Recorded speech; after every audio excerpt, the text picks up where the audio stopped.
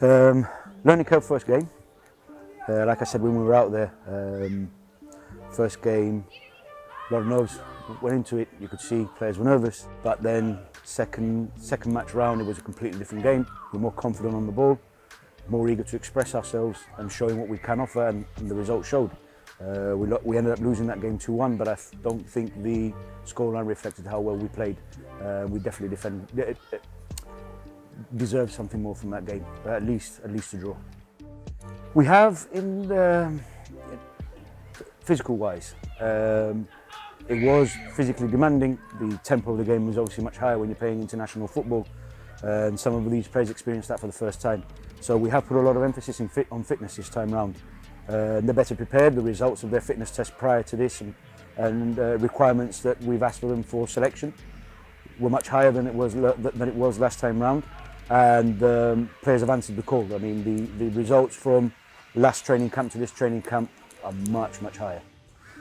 Well, Liechtenstein were an unknown quantity to us last time round. They're new to the international stage like we are. So again, the information that we have on them, as I'm sure that they have on us, is very limited. Game plan, I won't go too much into it, too much into the details. But we have planned for different eventualities, different formations on how they may play. We do know what their strengths are, so obviously we come out in a way to try and counter that.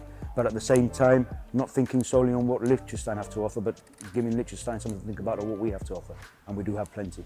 Well, you've got players that have grown in this last year. I mean, there's no secret of players like Shania Roba, Tiffany Villagas, the same again, getting a lot of publicity out there.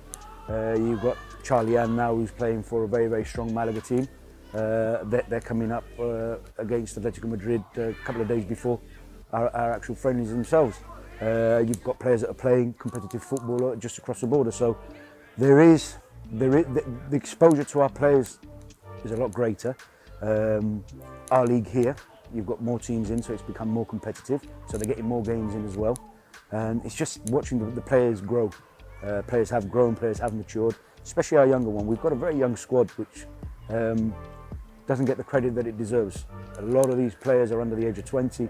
I think the average age of this squad is in the very low 20s. That for a national squad is, I mean, for me it's perfect because it gives me a lot of years to be able to work on them, so long as I'm here to see it. But it is, my aim here is to set a foundation.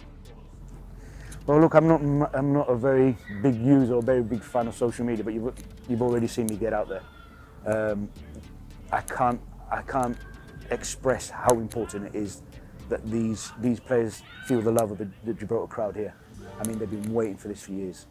They've stuck at it at football when years back they had very little on offer to them. It'll be a massive disappointment if they come out on the field first time round and they see an empty stadium. We need the support from our fans. We do. I can't underestimate that enough. I think the biggest thrill for them is to be able to play in front of their home fans, regardless of the result. They want to see a packed stadium. They want to feel the love and support of the Gibraltar people like we get behind all of our teams. We need that, and I can't stress that enough. Come support the team.